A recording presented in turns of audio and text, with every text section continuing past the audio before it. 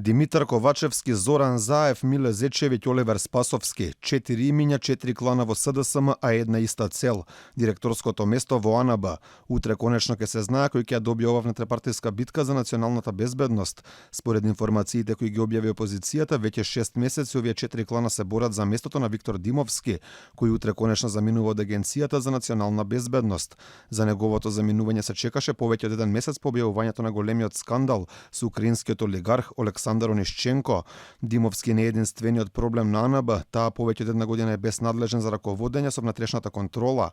Најпросто кажано, никој не контролира работата на вработените. За ова предупредуваше вториот човек на ВМРО ДПМН Александар Николовски, кој кажа дека внетрепартиските кланови во СДСМ се причина за лошото функционирање на АНБ. СДСМ реши да не направи кворум на својот директор Виктор Димовски на седницата за контрола на работата на АНБ Јара, кога требаше да се избере директор за внатрешна контрола, затоа што веројатно клановите во рамки на СДСМ кои што сакат да ја контролираат АНБ не може да се договорат помеѓу себе.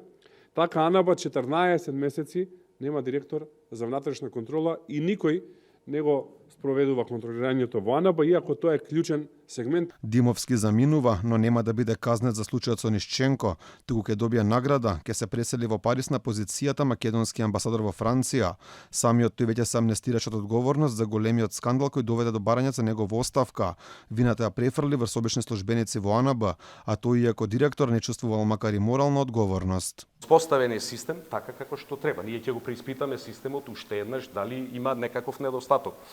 Се работи за една алка во тој систем која што направила голем пропуск, кој што има потенцијал да ја компрометира работата на сите досегашни постигнувања на агенцијата. Лицето и евентуално други инволвирани во наведениот случај ќе си бидат преземени законски мерки. Случајот со Онишченко не е единствен скандал на Димовски и АНБ. Опозицијата цело време предупредува дека власта нелегално ги следи функционерите на ВМРО ДПМН, проблем што ќе биде нотиран и во новиот извештај на Советот на Европа, вели Александар Николовски.